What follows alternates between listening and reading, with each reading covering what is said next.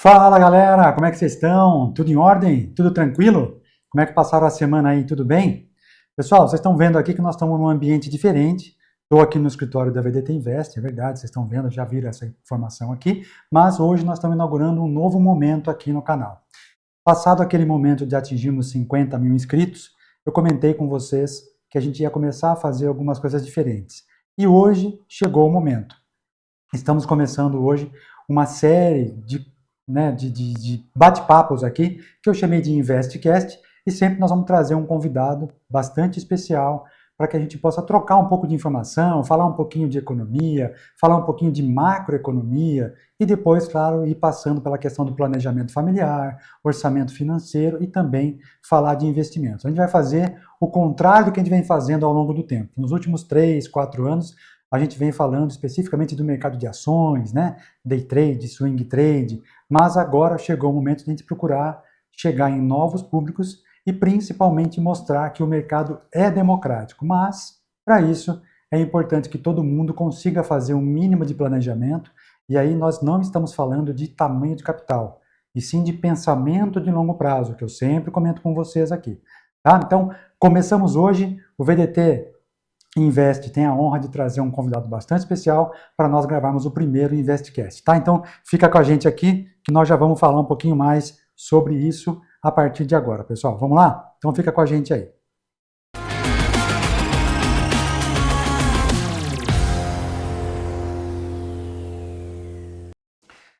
Muito bem, seja muito bem-vindo. Eu sou o Henrique, você está no canal VDT Invest. Se você está chegando agora aqui, caiu de paraquedas aí, é o primeiro vídeo que você está assistindo no nosso conteúdo, seja muito bem-vindo. Se inscreva aqui no canal, ative o sininho das notificações, deixe marcada ali a opção todos, que aí sempre que houver um vídeo novo, seja ele ao vivo ou gravado, o YouTube te manda a notificação e, é claro, você vem participar com a gente, deixando seu comentário, sua dúvida, sua sugestão. Pode criticar também, a gente aceita a crítica, óbvio, mas sempre que você colocar uma crítica, já coloque também a sugestão da solução para que a gente possa trazer para vocês aqui, tá bom? E aí, claro que o nosso bate-papo fica sempre mais fluido. Beleza, pessoal? Muito bem. No dia de hoje, estamos começando uma série bastante importante para mim, que é a mudança depois de atingirmos os 50 mil inscritos no canal, né? Que eu comentava com vocês aqui. Para isso, estou trazendo um convidado bastante importante que foi para mim, que é o meu professor de economia da faculdade, professor Paulo André de Oliveira, economista, mestre, doutor, pós-doutor, estatístico, então ele tem bastante propriedade para falar um pouco de economia, de macroeconomia, mas nós não vamos entrar tão profundamente assim em alguns aspectos. Vamos só passar informações mais básicas, mas que possa contribuir para o seu dia a dia aí. Então, quero já apresentar o professor Paulo aqui e dar as boas-vindas para ele. Paulo, muito obrigado pela sua disponibilidade de vir até aqui, ceder o seu tempo para conversar um pouquinho com a gente. Obrigado, viu? Oi, Henrique, estou muito feliz de estar aqui.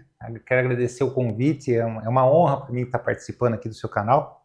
E é legal a gente ver que depois de tanto tempo a gente ainda é lembrado, né? Então eu estou feliz de estar aqui. Imagina, obrigado, viu, Paulo? Bom, o Paulo, pessoal, foi a pessoa que me inspirou a começar a pensar em economia e saber que a economia era importante. Por isso eu fiz questão de, nesse primeiro episódio aqui, trazê-lo para que ele pudesse falar um pouquinho para a gente do que ele já falou para nós lá no primeiro, no segundo ano de faculdade e como isso tem influência na nossa vida. Nós muitas vezes não damos esse devido valor que a economia tem impacto. A gente acha, não, isso é decisão de ministro, de Banco Central. Pessoal, isso tem impacto direto nas nossas vidas. E aqui, a nossa proposta não é falar de política pública, nem de partido político. Nós vamos falar de economia e investimentos, tá? Para isso, então, eu separei aqui uma série de perguntas para o professor Paulo, e o que ele puder ajudar a gente aqui a tirar essas dúvidas, vai ser um grande prazer contribuir com vocês, tá? Já peço que vocês aí deixem seu comentário também com a gente, que tipo de dúvida você tem, porque isso ajuda a gente a pensar nos próximos episódios. Já tem mais 2 ou 3 ideias aqui de trazer alguns especialistas, por exemplo, um na questão tributária, para falar de imposto de renda, um outro colega meu que também é economista, para falar de planejamento de longo prazo. Então, tem uma série de coisas que vão acontecer aí. Então, vamos começar, pessoal. Primeira pergunta aqui, já para derrubar o Paulo na primeira.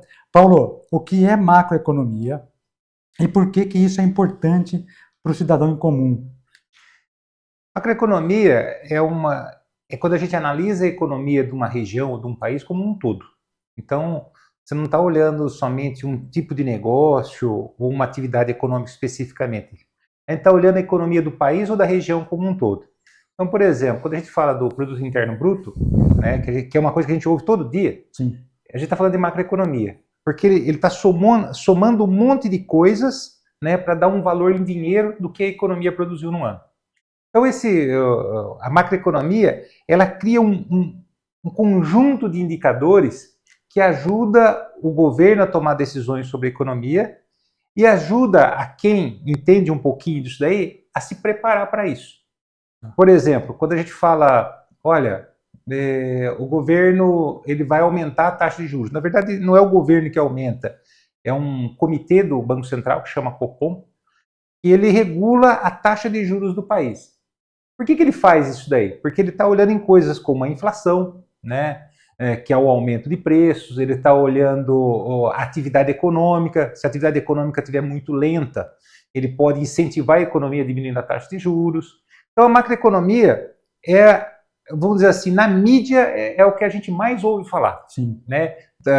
Quando a gente ouve informações sobre economia, acho que 90% é macroeconomia. Porque é o que o governo divulga para a gente. E quem levanta muito dados disso daí é o IBGE. Sim. Né? Então, para falar, por exemplo, de índice, nós temos os índices de inflação. O índice de inflação oficial no Brasil é o IPCA, Índice de Preço ao Consumidor Amplo. É um índice que ele capta, né, os preços, ele faz uma pesquisa de preços no varejo. Então é lá no supermercado, é na loja, é na imobiliária, então é o preço final. Então, isso daí é o que impacta, por exemplo, no reajuste de salário. Né? Então, quando a gente chega assim na data base de uma categoria, o cara fala assim, quanto foi a inflação? Ele está olhando esse índice. Todos esses preços que compõem o dia a dia do cidadão comum, para falar, olha, chegamos a X% no ano, é isso? Isso. E às vezes as pessoas falam assim, por exemplo, a nossa inflação, né, agora aqui até setembro de 2024, que ela deve estar em torno de 4,3%, se olhar os 12 meses para trás. Tá. E as pessoas que estão ouvindo a gente aí falam assim, pô, Paulo, você está louco. Eles subiram muito mais do que isso. Na verdade, não é isso. A metodologia do cálculo da inflação é muito bem feita. Só que é aquela história, cada um de nós tem uma inflação pessoal. Se você usa ônibus, você está preocupado com o aumento do preço da tarifa de ônibus. Se você usa carro, você está preocupado com a gasolina, com a manutenção. Então nós temos inflações diferentes, por isso que a sensação da gente é diferente. Ok. E já aproveitando aqui a segunda pergunta, né? Quais são os principais indicadores econômicos que a gente deve acompanhar no dia a dia? Você falou do IPCA, mas quais são os outros que também você considera principal e como é que isso afeta diretamente o cidadão comum? A gente ouve falar de IPCA, de GPM, de outros indicadores. Quais são eles? Assim, que você considera os principais? Bom, quando eu falei do PIB, Produto Interno Bruto, né, ele é um indicador importante não porque ele reflete exatamente se a vida das pessoas está melhorando. Ele reflete se o país está crescendo. Então, para a vida das pessoas melhorar no país, o país tem que estar crescendo. Então, a gente tem expectativa que o PIB do Brasil esse ano aqui, em 2024, cresça em torno de 2,5% a 3%. Então, se a gente pegar tudo que foi produzido em 2024, comparar com o que foi produzido em 2023, a expectativa é um aumento de 2,5%. Já é descontada a inflação. Tá, descontada. Ok. Então, se crescer 2,5% ou 3%, é acima do crescimento populacional, que é outro índice. Então, se a gente crescer mais do que o crescimento populacional, a renda per capita do brasileiro aumenta. Né? Se a gente crescer menos do que o crescimento populacional, a renda per capita cai. E como é que as pessoas sentem isso? Por exemplo, no desemprego. Né? Então, se o país cresce pouco, você tem desemprego, em geral. Né? Nós estamos vivendo uma situação, no momento, de crescimento econômico. Né? Dizem aí que pode ser um crescimento momentâneo, que não vai durar, mas está crescendo. E um indicador que comprova que isso tem alguma sustentabilidade é o indicador da taxa de desemprego. Que vem caindo. Vem caindo. Está em torno de 6,8%. 6,8% da população economicamente ativa. Então, quando a gente fala assim que nós temos um desemprego de 6,8%, mais ou menos, nós não estamos falando da população inteira. Então, eles tiram uma parte entre 15 e 64 anos. Então você tem uma faixa de idade, daí tem as pessoas que estão dispostas a trabalhar, porque é aquela história, você pode estar na faixa de idade certa, mas você está estudando. Você cuida de atividade na sua casa, né? A esposa, o marido, como for, né? Então, você pode estar na idade de trabalho, mas não é do seu interesse fazer isso agora. E os aposentados também já Isso, os aposentados também não é. Então, a população economicamente ativa é uma faixa de população. Hoje, é em torno mais ou menos de 40% da população. Tá. Se a gente considerar aí que nós temos 220 milhões de habitantes no país, 80 milhões aproximadamente? 85 isso, milhões. Está em torno de 90 milhões. 90 milhões. Aí você pega 6,8%, você está aí falando aí de uns 5 milhões de desempregados. Tá. Só que... não é um número tão absurdo, como a gente ouve por aí, né? Não. E tem outra coisa, né? Tem uma parte dessa população que está desempregada que ela está em trânsito. Isso também é um indicador. Nós estamos com desemprego e as pessoas estão mudando de emprego, é um indicador bom. Quer dizer que a economia está firme. Então, eu estou mudando de um emprego para outro melhor. Rotatividade. Porque você está querendo melhorar o salário. Sim. Então, entra como aprendiz aqui e já vai como uma outra situação numa outra empresa. Okay. E às vezes você está numa empresa, aparece oportunidade na outra. Então, isso daí é um indicador. Só que como a gente fala da economia como um todo, né, tem gente que está num setor que a coisa está estagnada. Então é por isso que a sensação é estranha, entendeu? É verdade. Então a macroeconomia, ela olha a coisa como um todo e ela tem esses indicadores, né? Aí tem outros indicadores que são menos falados, que é, por exemplo, consumo agregado, consumo das famílias. Eu estava falando do PIB. O PIB, Produto Interno Bruto, ele tem 3, não sei, não está muito técnico não, né? Pode falar. Não, vamos trazer isso para o nosso público, para que a gente consiga fazer com que as pessoas se despertem a ter o interesse de procurar mais informação. Então aqui a gente pode aproveitar o tempo que você precisar, vamos lá. O Produto Interno Bruto, ele tem 3 óticas de você, tem mais do que 3, mas tem 3 principais, de você ver o tamanho dele. Uma é pela ótica da produção, o que está sendo produzido no país. Tá. Certo? Indústria, serviço, pecuária e serviço. Então é setor primário, secundário e terciário. Né? Aí, essa é uma forma de ver. Outra forma de ver o PIB é onde a produção está indo. Então, por exemplo, nós produzimos setor primário, secundário e terciário, 60% da produção é as famílias que estão consumindo. Então, é o lado da despesa que a gente fala. Então, o consumo das famílias está em torno de 60%. Consumo do governo, 34%. Né? E tem uma parte que a gente chama de investimento. Esse investimento que eu estou falando aqui do PIB é diferente do investimento que a gente aborda aqui. Isso. Esse investimento aqui é um investimento financeiro, esse que você aborda no seu canal. Existe o investimento não financeiro. Investimento não financeiro é o que a gente chama de economia real, que precisa do apoio do investimento financeiro, senão ele não funciona. Captação de recursos para aportar isso em projetos dentro de uma empresa grande, por exemplo. Do ponto de vista de economia real, investimento é você gastar dinheiro em alguma coisa que vai gerar produção. Então, por exemplo, uma fábrica nova. Isso é um investimento. Sim. Eu comprei estoque para minha loja. Isso é um investimento. Certo? As pessoas físicas, que nem a gente, quando a gente compra a casa da gente, a gente chama de investimento também. Então, o governo chama isso daí de formação bruta de capital fixo, que é o patrimônio da empresa. As máquinas da empresa. Isso daí é um indicador. Quando a gente tem um investimento alto desse tipo, ele está gerando condições para aumentar a produção, que vai aumentar o PIB.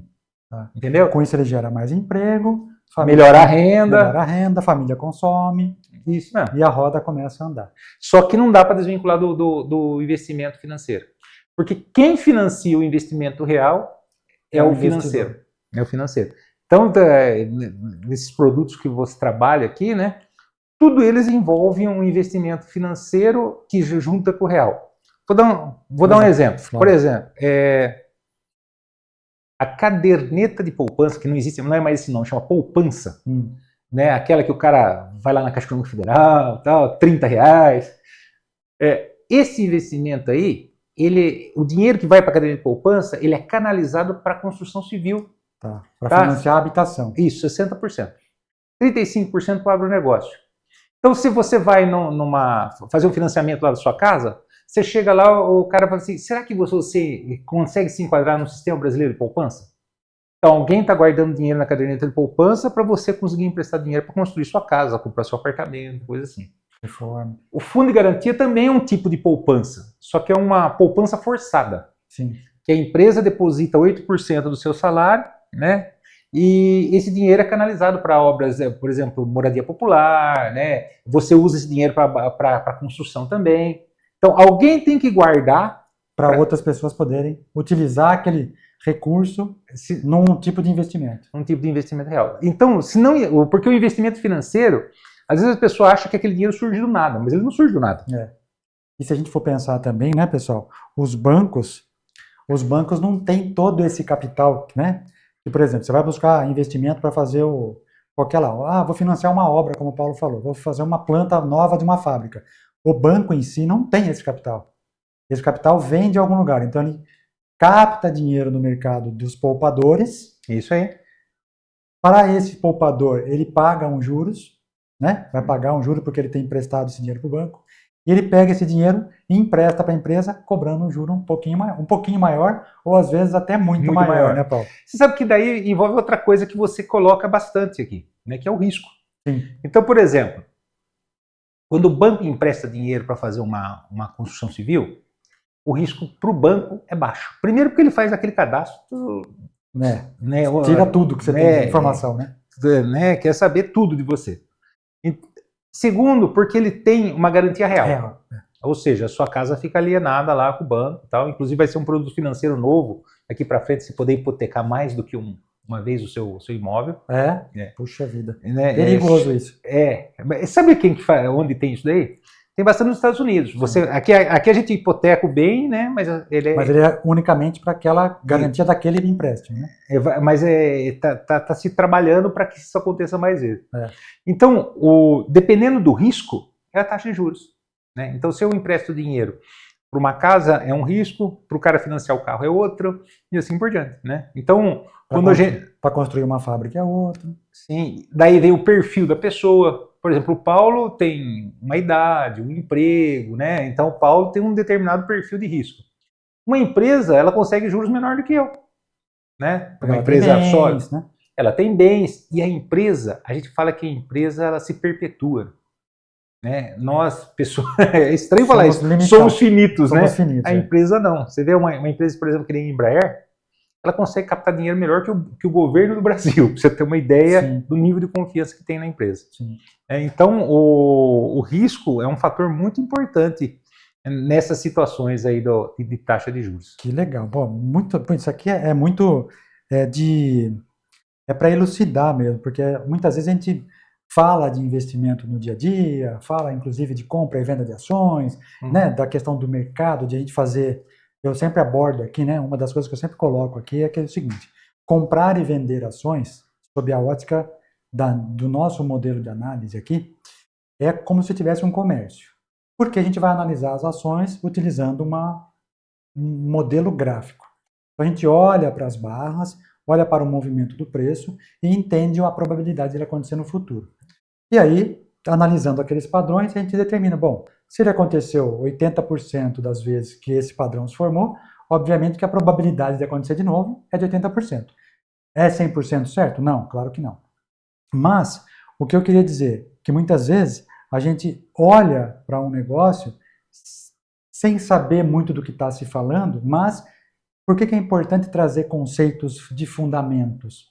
Para que as pessoas possam, inclusive lá na frente, pensar, por exemplo, se eu tenho um bom fundamento de economia aqui, eu consigo pensar graficamente, por exemplo, numa compra de Embraer, por exemplo. Por quê? Porque eu sei que a Embraer tem uma solidez muito grande, é uma empresa que tem 3, 4 plantas, trabalha, né? Então, associa um pouquinho dessa macroeconomia, que muitas vezes a gente não dá valor, e eu não dava esse valor, né? Comentei aqui que você foi responsável por me trazer essa luz lá na faculdade, e as pessoas poderem... Puxa vida, então isso é importante para o meu dia a dia também. Vou começar a dar mais atenção. Então, se a gente conseguir que uma pessoa que nos assista aqui dê atenção para isso, puxa vida, para nós já é uma vitória, sabe? Porque daí a gente consegue despertar mais um, depois mais um. A gente sabe que o trabalho de educação, né, Paulo? Você é uma coisa de longo prazo, né? E é formiguinha, né? É formiguinha. Bom, uma outra pergunta aqui. Você falou dos índices, né, dos indicadores. A pergunta é: a inflação e a taxa de juros, como é que isso impacta na economia das pessoas e nos investimentos pessoais agora? Essa outra dúvida aí. Quando a gente estava falando da inflação, que eu falei do índice de 4,3%, é uma obrigação do governo. Veja bem, quem é o xerife da inflação é o Banco Central. O Banco Central, apesar de a gente pensar que o Banco Central é governo, de fato ele é uma autarquia do governo, ele tem independência.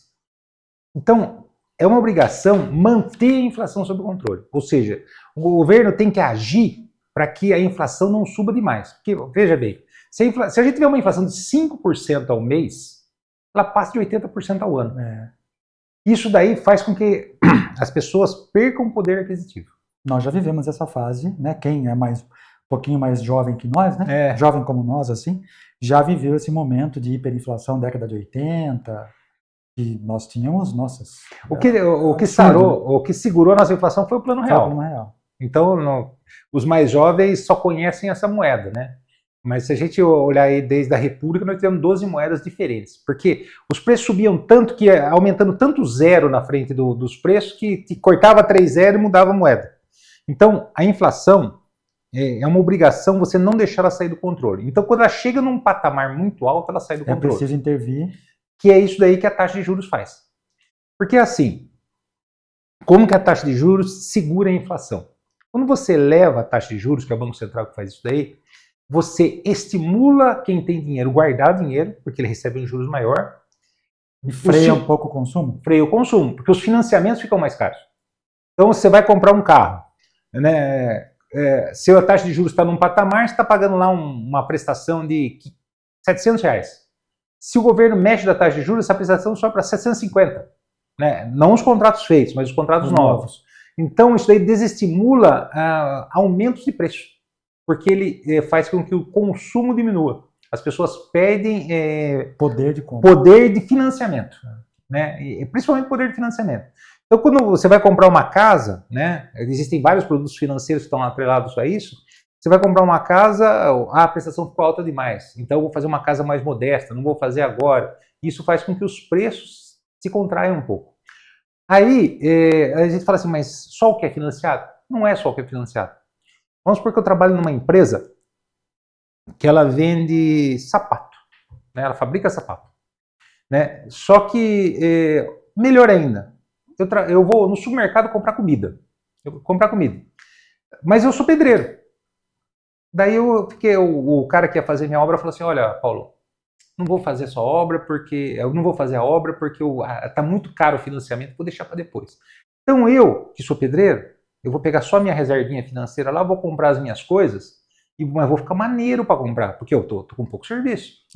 Isso daí faz com que o supermercado fique maneiro no aumento de preço. Eu estou vendendo menos comida. Que isso? Não vou aumentar o preço. Não vou aumentar o preço, vou segurar minha margem de lucro ali. Então, ele tem um efeito sobre a economia inteira, a taxa de juros.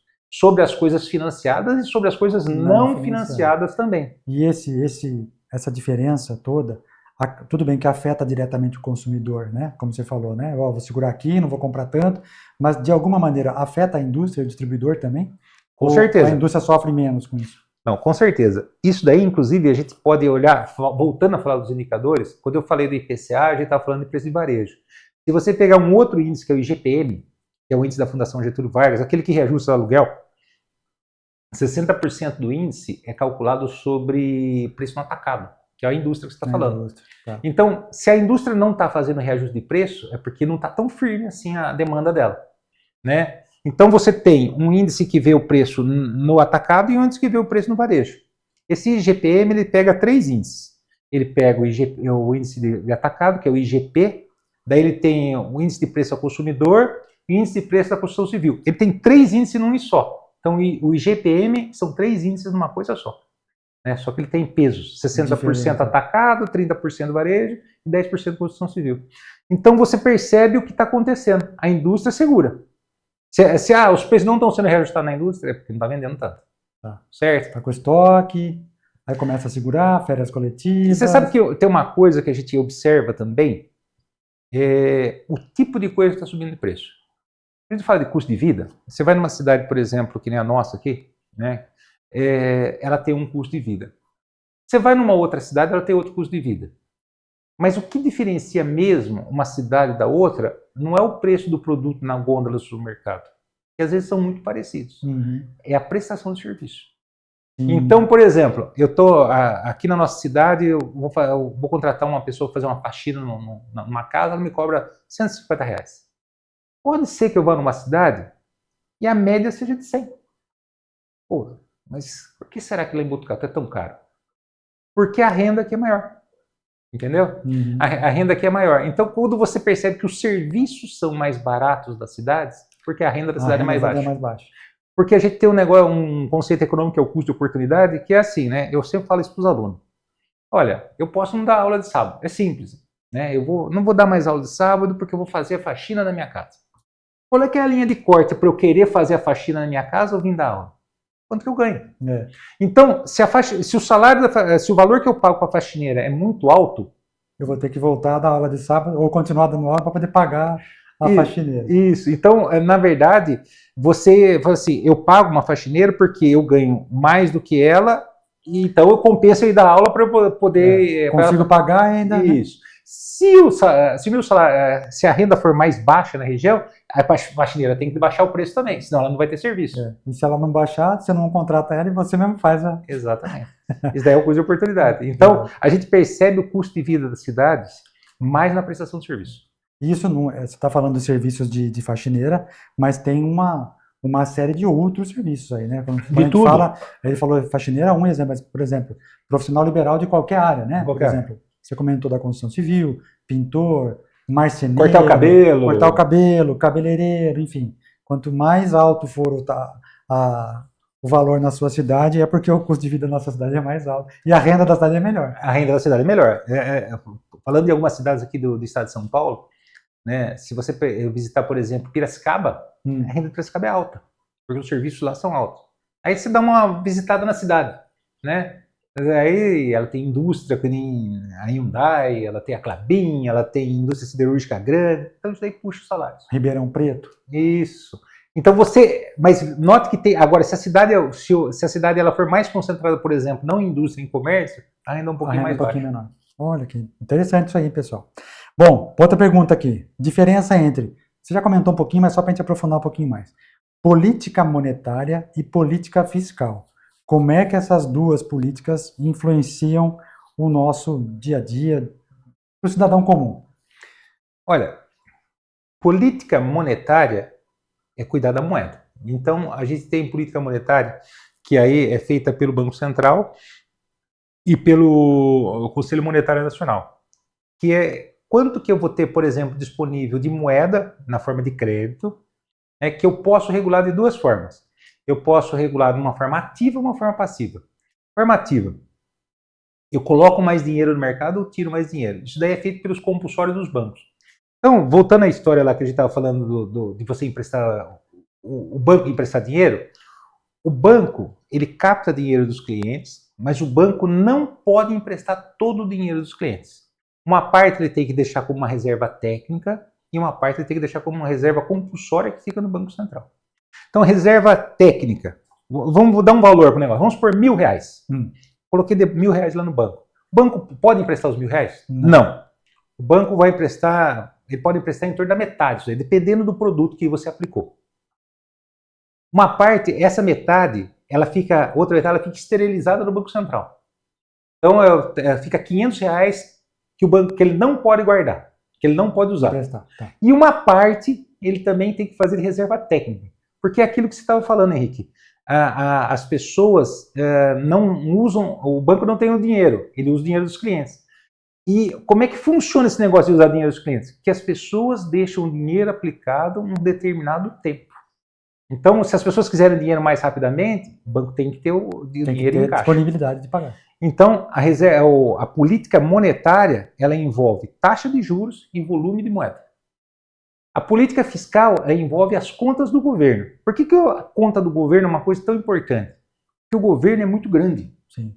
O governo capta mais ou menos 34% a 37% do PIB na forma de impostos. Nós temos impostos diretos e indiretos. Isso daí é um cálculo que não assim, que é disponível para a gente aí no Tesouro Nacional. Público, né? É público. Qualquer pessoa pode consultar. Isso. Então, isso daí, se o governo gasta demais, né, se ele precisa captar muito, ele está tirando dinheiro da iniciativa privada que vai tomar ações. Então, você perde poder de consumo quando a tributação é alta demais. Para que o governo tira o dinheiro da população? Para devolver na forma de serviço. Então, a obrigação do governo é devolver na forma de serviço. Um grande gasto do governo é a parte previdenciária e transferência de renda. Porque o governo ele tem a obrigação de manter a previdência. Então, aí você vai juntando coisa, né? Nós temos uma política de salário mínimo, que o salário mínimo do Brasil cresce mais do que o crescimento do PIB. Perdão. Do que o crescimento da inflação. Ele cresce a inflação mais alguma coisa que a variação do PIB. Então ele tem crescimento real. É por isso que tem muita gente, eu acho que o pessoal aqui vai lembrar, fala assim, olha, aposentei com 3 salários mínimos há 10 anos, hoje não ganho 2. Será que ele está ganhando menos? Na verdade é o seguinte, quando você aposenta com mais de um salário mínimo, você tem reajustes anuais feitos pela Previdência Social pela inflação. Quando o cara ganha o salário mínimo, ele tem um reajuste anual pela inflação mais um ganho real. Então, na verdade, vai parecendo que ele está ganhando. De fato, ele vai estar ganhando menos salários mínimos, mas não se for comparar só brutamente um outro, isso, né? Mas é porque o salário mínimo subiu mais. Para você ter uma ideia, a gente falou do Plano Real. Quando começou o Plano Real, só para fazer a título de uma comparação, era $70 o salário mínimo no Brasil. Hoje, o salário mínimo no Brasil está em torno aí de uns $260, $270. Olha lá. Então, o salário mínimo no Brasil melhorou muito. É lógico, você fala assim, não, mas não é o suficiente. Bom, aí é uma discussão que fica outra conversa. É uma outra conversa que não é o nosso ponto. Não é o nosso ponto. Não é o nosso ponto. E também lembrando aqui, pessoal, quando nós falamos aqui gasto de governo, que o Paulo está explicando, veja, aqui o nosso intuito é educacional e de forma nenhuma nós estamos falando pendendo para lado A ou lado B de espectro político, tá? Então, vamos deixar isso muito claro, que o nosso intuito aqui é simplesmente educacional do ponto de vista de macroeconomia, economia e como isso interfere no dia a dia das famílias, no seu dia a dia, no meu dia a dia, como cidadão, como CPF que paga contas. Tá? Independente de bandeira, de partido, ideologia política, nós não discutimos isso aqui e não vale a pena discutir isso aqui. Não. Tá? E outra coisa, as coisas não são assim, né? Começou um governo ou outro, não é assim, é um contínuo. Né? Existe uma continuidade, claro, que alguns programas acabam sendo freados, outros incentivados, mas que também não vem ao caso agora. Né? Sim. E quando você fala de transferência de renda e pagamento de previdência, ainda tem a questão dos funcionários ativos, né, Paulo? Porque a máquina do governo, né, o aparato federal, para que todos os serviços funcionem, também é grande, né? Sim. O funcionalismo público, ele pesa no caixa do governo, né? Os inativos pesam bastante também, sim, né? Porque quando eu falei de previdência, a gente tem o regime geral da previdência, que é o INSS, né, o CLT, e tem o regime próprio de previdência, que são os estatutários. Que são os funcionários do governo. Não são todos os funcionários do governo que estão no regime próprio. Tem muito funcionário do governo que hoje é CLT, como qualquer empresa privada. Eu, por exemplo, trabalho numa universidade pública e eu sou CLT. Você é CLT. Tá. Né? Então, eu vou aposentar no mesmo regime de CLT, não tenho aposentadoria especial, nada disso daí. Algumas categorias têm, outras não. E está diminuindo, na verdade. Tá? Então, por exemplo, tem algumas prefeituras que elas têm um regime próprio de previdência. Só que a partir de 2020, com a mudança com a reforma da Previdência, mudou uma coisa muito grande, que foi agora, antes o estatutário ele conseguia ganhar acima do teto da Previdência, agora não. Não. Né, ele tem que, se ele quiser ganhar mais, ele tem que fazer uma complementação por fora.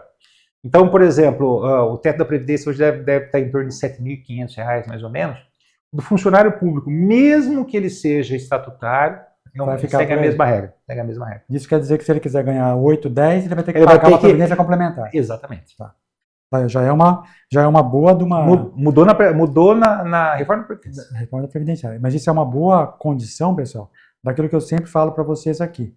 Nós temos uma previdência oficial, né, que é bom você contribuir para o teu futuro, mas você também deve pensar a longo prazo e começar a fazer o teu colchão, né, para que lá na frente você consiga capturar a renda passiva do seu capital. Como, por exemplo, já falei várias vezes aqui, inclusive tem vídeo aqui no canal falando sobre isso, que são os fundos imobiliários, que a gente fala bastante sobre isso aqui, que pagam, em média, aí, tem fundos que pagam 1%, 1,2% ao mês isento de imposto de renda. Que é uma rentabilidade altíssima. Altíssima, mais de 12% ao ano isento de imposto de renda. Uhum. Claro, o ganho de capital você declara depois na declaração de imposto de renda e tal, você paga, mas o rendimento é isento. O que isso faz diferença. Se você pegar o mesmo capital e colocar hoje numa poupança ou num CDB, não vai te dar esse valor, né?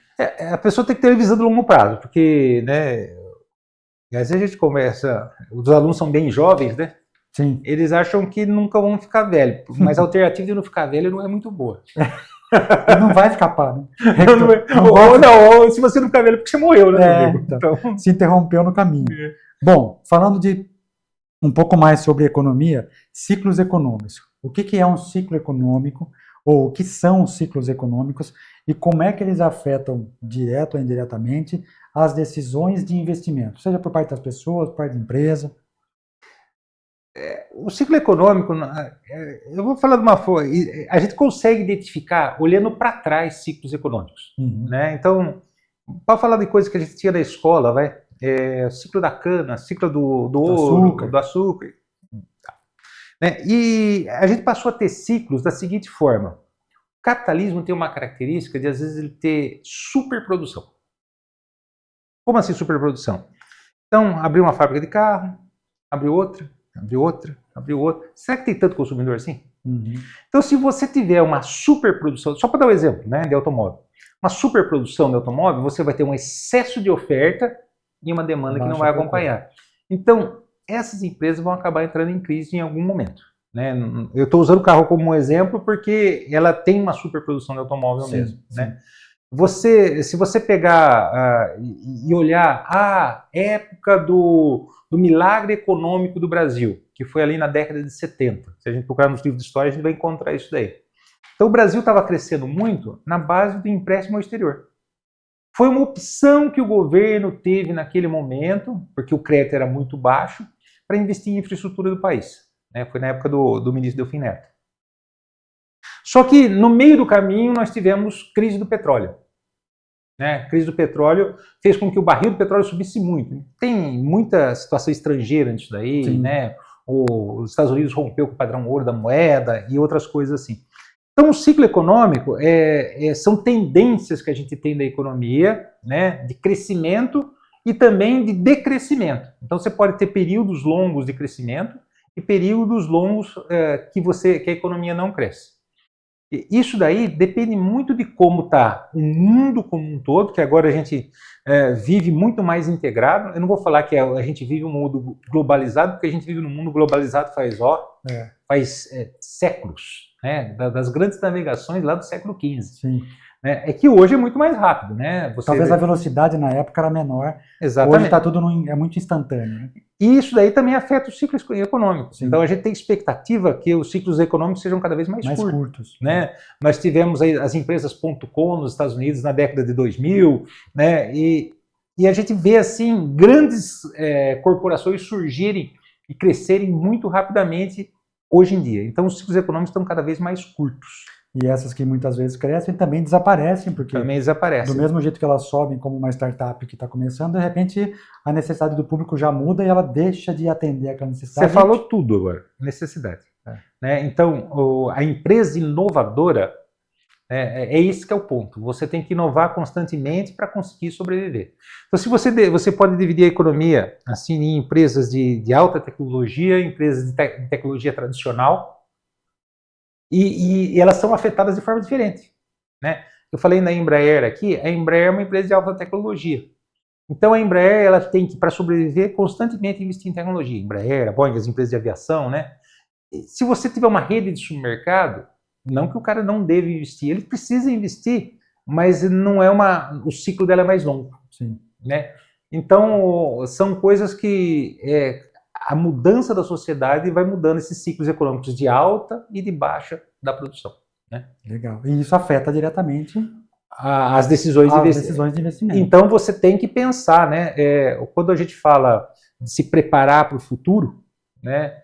E a gente fala de reserva financeira e coisa assim, então é nesse pensamento aí. Legal. Então, ó, já aproveitando, vamos engatar na próxima aqui.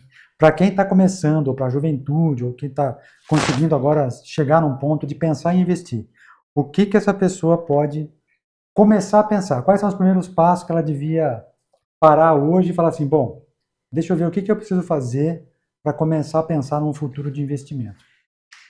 Na verdade, né, às vezes a gente conversa sobre isso, mas o primeiro ponto é saber a sua capacidade de investimento. Então, não dá para você investir se você não tiver saldo positivo na sua conta corrente. Eu estou querendo dizer o seguinte: primeiro você tem que fazer um orçamento doméstico, né? Ter um controle sobre sua vida financeira.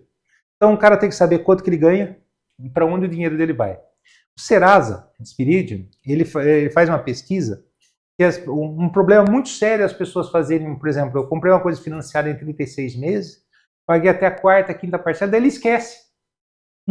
Na verdade, ele esquece. Ele esquece financiou, esquece que tem que pagar. Ele esquece que tem que pagar e no entusiasmo ele vai lá e consome mais. Então, eu sei que pode parecer um negócio assim, um tanto quanto chato você fazer, mas a gente precisa ter um controle sobre a vida financeira da gente para começar a investir. Quanto que eu ganho, onde eu gasto meu dinheiro. Se a pessoa tiver o capricho de anotar isso daí todo mês, ele vai sabendo quanto que ele consegue ter de sobra para fazer um investimento. Às vezes não só para fazer um investimento, às vezes até para fazer um financiamento. Sim. Porque, não, eu quero financiar o meu carro. Né? Quanto que é a prestação? Foi lá, olhou, a prestação é R$800. Será que eu aguento todo mês pagar os R$800? Não vai ser uma vez só. Não vai ser uma vez só. Então, você tem que saber como é que é a sua vida primeiro. Né? Depois que você sabe como é que é a sua vida, aí você começa no investimento. Né? Então, você tem que saber quanto que você consegue dispor de dinheiro todo mês, né? Que é importante você ter uma continuidade, né? Para você fazer um investimento. Inclusive, se você pegar livros famosos, né, como O Homem Mais Rico da Babilônia, livros que falam aí sobre riqueza, vocês vão ver que a primeira coisa que o cara fala é isso daí. Né, pai rico, pai pobre. Né, o pessoal fala que isso daí é marketing, mas não é verdade. Né, você tem que... primeiro você tem que se pagar. Né, então, recebi lá meu pagamento, recebi R$2.000, quanto que eu vou me pagar? Vou me pagar R$200. Pagar para quê? Fazendo um investimento. Porque, na verdade, quando o cara faz o investimento, né, ele aplicou num produto financeiro, ele está adiando o consumo dele. Só que ele está ganhando juros, ele está ganhando dividendos, ele está ganhando dinheiro para ele poder, no futuro, fazer um consumo maior. Sim. Né? Ficar mais confortável, ter mais liberdade. Porque às vezes você fala assim, você compra carro financiado? Não. Né? É errado comprar carro financiado? Também não Também é. não. A verdade é a seguinte, desde que você contrate um juros certo, vale a pena. Um ramo de negócio, por exemplo, que se você conversar com esse pessoal, você vai ver que ele não tem nada assim 100% dele, é o ramo de transporte. Você pega uma grande transportadora, agora falando um pouquinho do lado da empresa, né? Você pega uma grande empresa de transporte, uma grande transportadora, ela tem lá 100 caminhões, 90 caminhões financiados. Porque o caminhão ele teve que fazer aquele controle sobre os gastos dele, e o caminhão está pagando o próprio caminhão. Ele se paga. Ele se paga. Se ele fosse juntar para comprar um caminhão, comprar outro, ele tinha 15 caminhões. Dois caminhões. Porque é muito caro um caminhão. Sei. Não, mas na verdade o que ele faz então, é um controle muito bem feito para que o volume de serviço que ele faz mensalmente arrecade um valor suficiente para pagar todas as despesas, ter o lucro da empresa e ainda pagar o valor do financiamento, né? Então ele usa o próprio bem para pagar o bem. Para pagar o bem, né? Mas ele tem que, realmente ele tem que fazer a conta direito. Né? Porque a hora que o bem acaba, porque o bem vai desgastar, vai depreciar, ele tem que ter a reserva financeira para começar tudo de novo. Sim. E agora voltando à sua pergunta, né? Então o primeiro passo é saber onde você está. Né? E o que nós vemos hoje, né, Paulo, é que existe aí um fenômeno, né, que todo mundo está exposto, nós também, que é a mídia, o consumo, né? Tudo é bombardeado para consumo. Olha, saiu o iPhone 15, 16, a pessoa vai lá e quer comprar amanhã uma coisa que, será que ela precisa amanhã comprar o iPhone 16? Só porque acabou de sair? Né? Eu acho que tem que fazer um pouco de. Pô, o 12, o 13 não tá bom, não faz a mesma coisa, só que talvez um pouquinho mais lenta. E isso talvez para alguns possa não fazer diferença, mas para muitos outros sim, fará diferença. Por quê? Essa diferença de 2, 3 mil reais, 4 mil De reais juros que até, ele vai pagar? ou de juros ou de valor de aparelho, você pega esse valor, coloca, por exemplo, numa aplicação de um pouquinho mais prazo aí, você tem lá os seus IPCA mais tantos por cento, um tesouro direto, que nós vamos falar um pouquinho mais para frente, mas, ou até numa ação de uma empresa que está valorizando, por exemplo, como a Embraer, né? Uhum. Que na verdade a pessoa fala, puxa vida, ela vive mais num mundo onde ela precisa comprar para mostrar para os outros que tem, do que propriamente para ela transformar aquilo no uso para ela que vai trazer dinheiro, por exemplo, que é o caso que a empresa faz, né? Sim. Compra o caminhão, financia, mas o próprio financiamento é pago pelo serviço que ela presta. E as pessoas não têm esse pensamento hoje desse tipo de coisa, né? Talvez só não Não, despertar é esse. uma coisa mais imediatista, né? Exato. Isso Esse é um fenômeno, né, é um social. fenômeno social e é da natureza humana, É. né? Então, o que a gente fala na educação financeira é a pessoa tentar, né, entender que às vezes ela consegue consumir até mais. Por exemplo, você estava falando do iPhone, né? Talvez ela consiga comprar mais um iPhone, assim, o 16, Melhor, né? melhor, mais rápido, se ela criar o hábito constante de guardar dinheiro, de fazer poupança. Exato. Porque daí ela não está pagando juros, ela está ganhando juros. Então, comprou o iPhone hoje, né? Terminou de pagar, junta dinheiro para o próximo. Isso. Né? Se ela criar, se é esse o objetivo dela, né? Eu sempre falo aqui que da questão dos investimentos, né? É importante você ter um horizonte de longo prazo para fazer com que o dinheiro trabalhe para você. Que é o que você trouxe no ambiente macro aí, com a questão da transportadora, mas na pessoa física funciona da mesma maneira. Então, é a questão assim, será que eu preciso comprar tudo que sai a todo momento para eu ter aqui, só para falar que eu tenho? Vai te trazer benefício? Então, pessoal, é mais um alerta, né? Puta, será que isso está me fazendo exatamente o que deveria fazer? Ou eu estou só pagando para ter uma coisa que eu preciso mostrar para os outros que eu tenho? Uhum. Tem gente que gosta, tem gente que não gosta, então não estou julgando ninguém. Mas a ideia nossa aqui é proporcionar reflexão. Reflexão, puramente reflexão. Tá, mudando para investimento já. Diferença entre investimento em renda fixa e renda variável. Prós e contras de um e de outro. A renda fixa, né, ela, em geral, ela envolve muitos juros, né? E você sabe quanto que você vai ganhar. Então, eu posso fazer uma aplicação, por exemplo, num CDB com uma taxa de juros pré-determinada, né, e vou ter uma renda fixa. Às vezes a gente consegue, apesar dos fundos imobiliários serem considerados renda variável, a gente consegue encaixar eles, às vezes, de certa forma. De certa forma. Então, a renda fixa é algo mais previsível. Esse que é o grande ponto. Ele é algo mais previsível. Dá para ganhar dinheiro com renda fixa? Dá, né?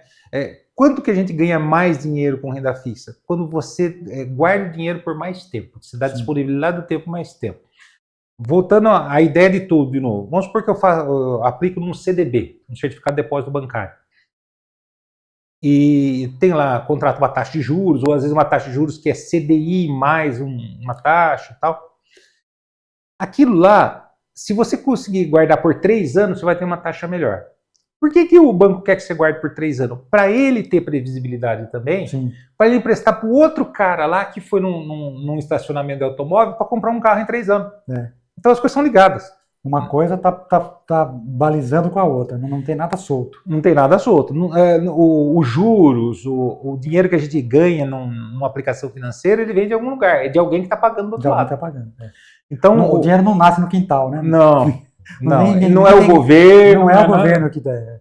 Não tem gráfica no fundo do quintal que fica emitindo moeda, ó, sai com mala de 1 milhão. Não tem jeito. Então, a renda fixa, ela tem essa característica. Mas para você ter uma rentabilidade melhor na renda fixa, você tem que ter aplicações de mais longo prazo. Tá. E também vale a pena a gente lembrar aqui, né, Paulo, que para que a taxa, vamos dizer, você colocou renda fixa contratada, por exemplo, de, sei lá, 6% ao ano. Então, qualquer exemplo aqui. Para que você consiga essa taxa de 6% ao ano, você tem que cumprir todo o ciclo, né? Então, se você aplicou num CDB de 6% ao ano durante 3 anos, para que você tenha 6% ao ano, é necessário que você deixe o teu capital durante os 3 anos, que é justamente o que está pré-fixado no contrato. Ah, mas eu não posso sacar antes, caso eu tenha um problema? Sim, você pode sacar antes. Porém, você não vai ter a mesma rentabilidade que foi objeto do contrato. Então, é importante deixar isso claro, pessoal. Outra coisa na renda fixa, né, Paulo? Vale a pena a gente lembrar aqui, que a renda fixa existe em algumas formas, né? Existe aquela bruta pré-fixada, existe aquela que tem um componente pré-fixado mais um componente que varia, que é o híbrido, e existe aquela que é o pós-fixado, que é o flutuante mesmo, que você não sabe quanto você vai ganhar, né? Uma comparação boa disso daí são os títulos do governo, né? Sim, Tesouro Direto. O Tesouro Direto. Se você pegar, emprestar dinheiro para o governo, que é o Tesouro Direto, se você aplicar no Tesouro Selic, você está numa pós-fixada, né? Uma pós-fixada. Então, hoje está em 10,75% ao ano. Se você colocar num híbrido, né, que é taxa de juros, inflação mais juros, vale o que você falou. Ele te garante aquilo lá se você chegar até o final do contrato. Dá para tirar anos? Dá. Aí você tem que ficar bem ligado para saber se você está tirando mais ou menos do que você pôs, que chama marcação a mercado. Marcação a mercado.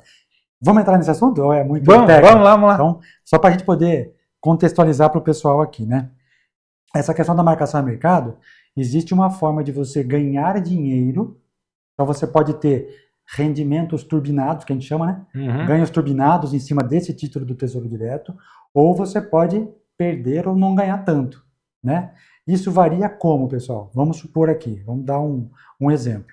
Se o teu título, você fez um Tesouro Direto com taxa Selic de 10,75 que está agora, mais um pouquinho lá. Então, você tem a CDI, que é a taxa do governo, né? A taxa básica de juros, mais 6% ao ano.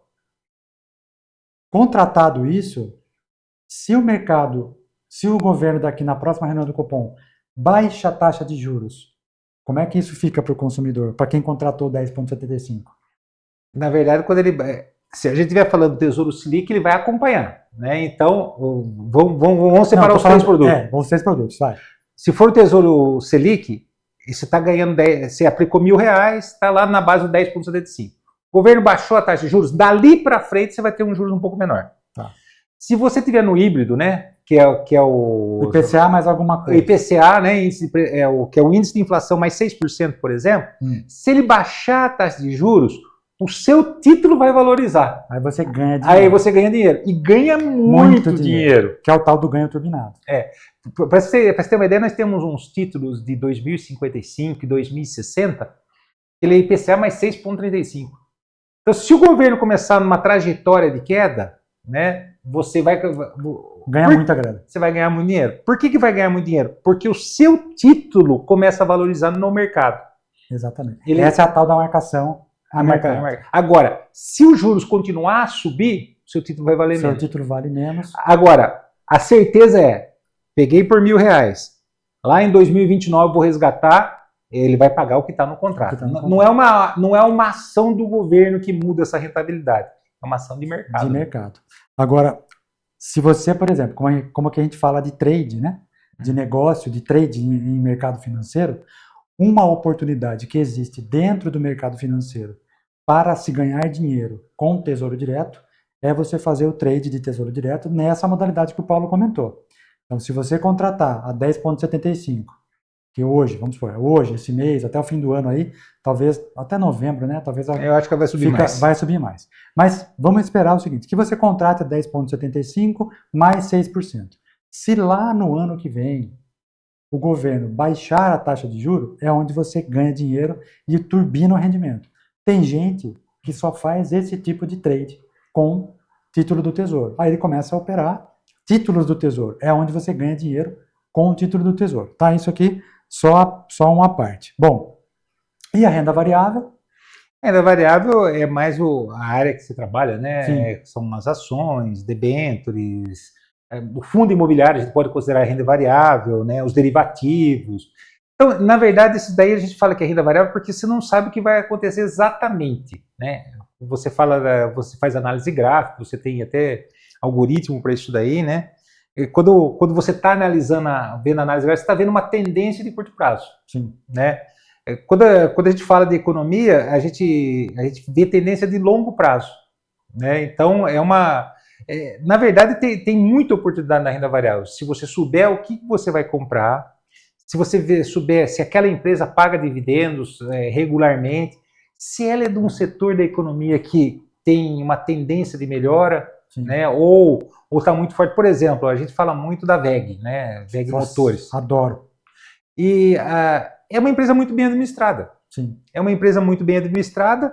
E é uma empresa familiar por ainda, né? Ela é listada em bolsa e tudo mais, mas ainda concentra a administração familiar. Sim.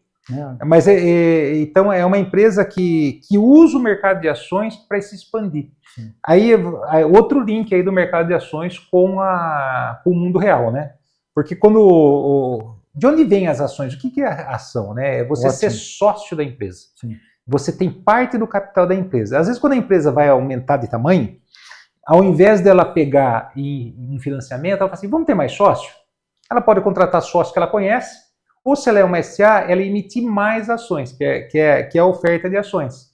Né? Esse dinheiro que entra na empresa é para a empresa se expandir. Ela capta recurso para investir, por exemplo, numa nova fábrica, ou numa nova, sei lá, abrir uma nova distribuição para outro país, por exemplo, que é a WEG, né? Às vezes até para usar como capital de giro, porque ela precisa ter mais fôlego, né? Então, o mercado de ações é um mercado muito interessante. Em países desenvolvidos, que nem os Estados Unidos, por exemplo, o forte dele é mercado de ações. Você vai ser sócio de empresa. Sim. É aí que você realmente coloca o seu dinheiro. Porque os juros num país que nem os Estados Unidos ou como a Alemanha é extremamente baixo. A pessoa não consegue ganhar dinheiro. Não, ele não consegue manter o capital se ele não investir em ações. Outra coisa que é obrigado a investir no mercado de renda variável são os fundos de pensão. Né? Os fundos de pensão, eles são obrigados para ele ter uma rentabilidade superior. Então, esse negócio de investir em mercado de ações, você tem que ter uma boa gestão. Né? Às vezes as pessoas falam assim, me dá uma dica. Eu falei, isso daí não existe. Não é assim, né? Não, tem que se acompanhar, você tem que estar dentro do negócio. Fazer uma boa análise. Senão não Gerenciamento de capital, que é uma coisa que eu comento bastante aqui também, que tem muita gente que começa no mercado de renda variável e já quer colocar todo o capital de uma vez só. Eu falei, não, gente, se for para fazer algum tipo de orientação, 70% do capital renda fixa. Sim. Dos 30% que sobra, uma boa parte ainda em fundos imobiliários e só uma pequena parte em ações ou produtos mais voláteis.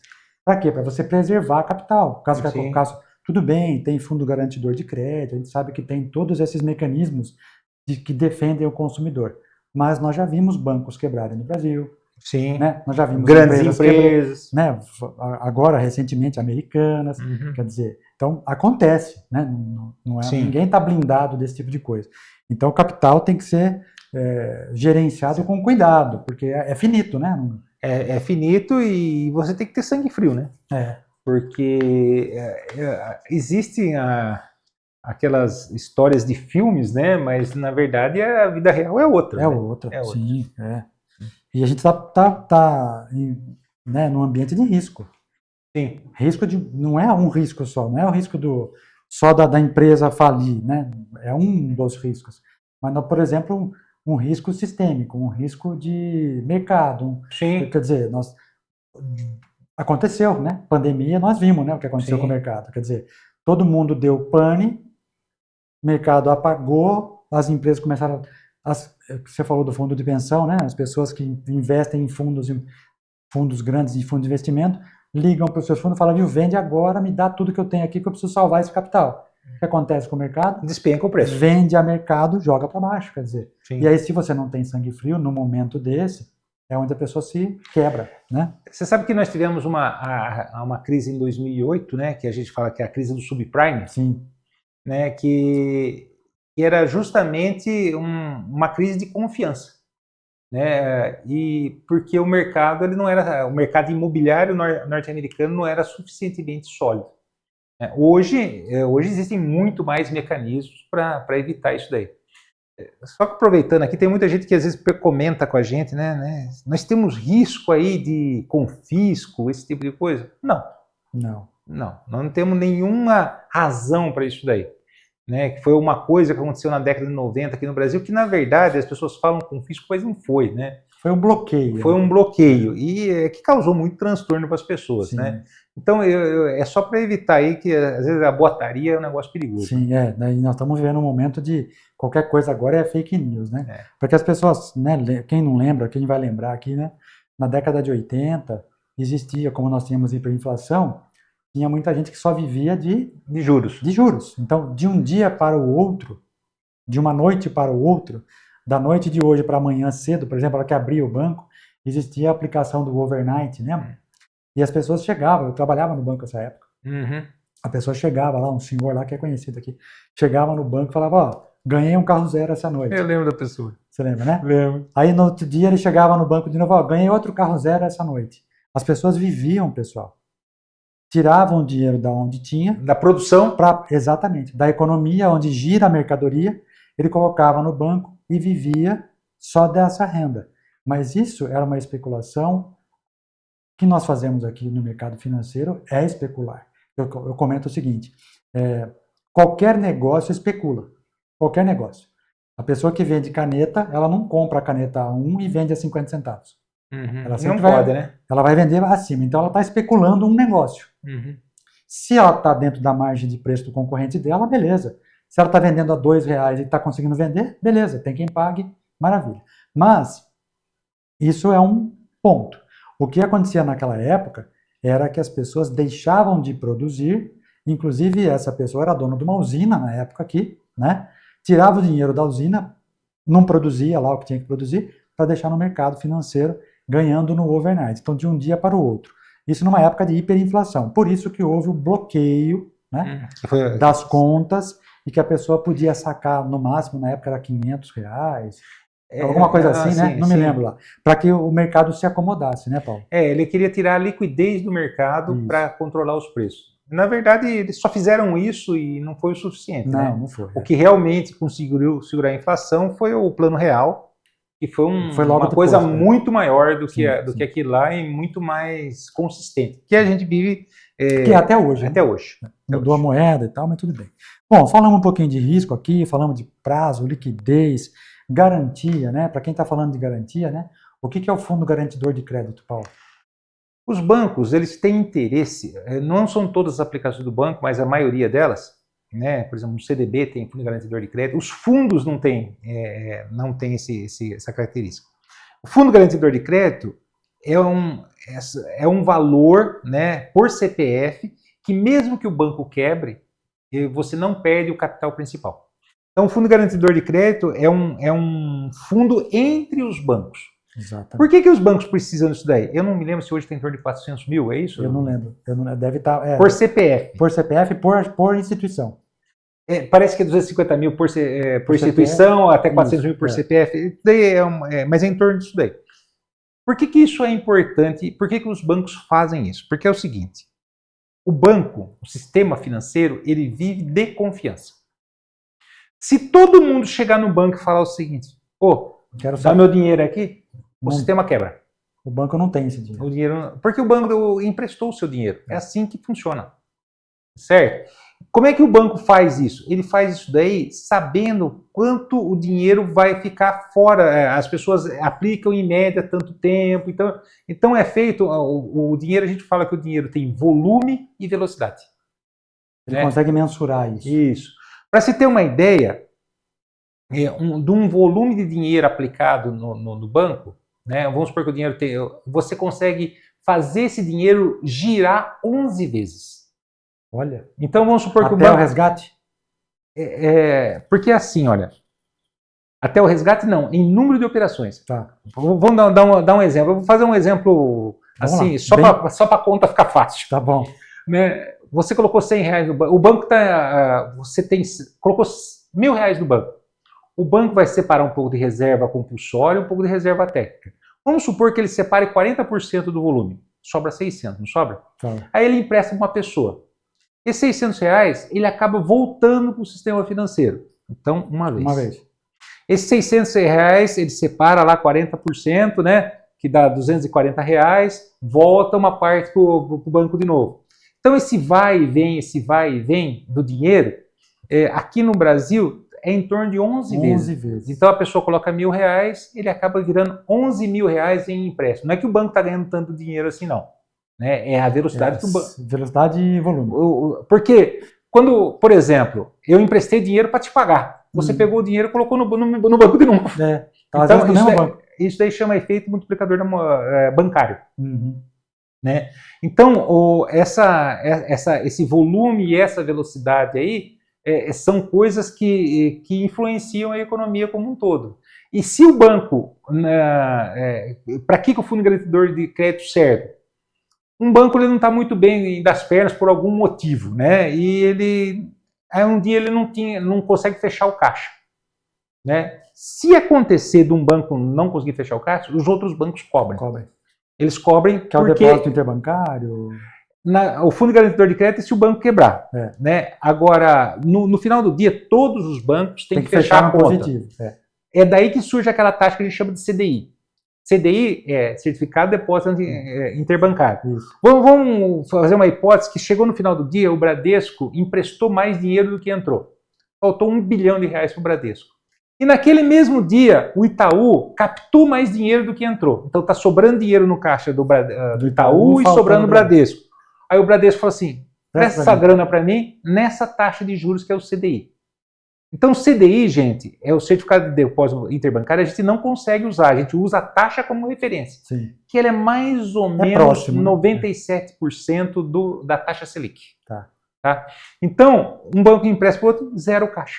É isso aí. Zero caixa. Eu comento muito isso aqui quando a gente analisa a taxa de juros, né?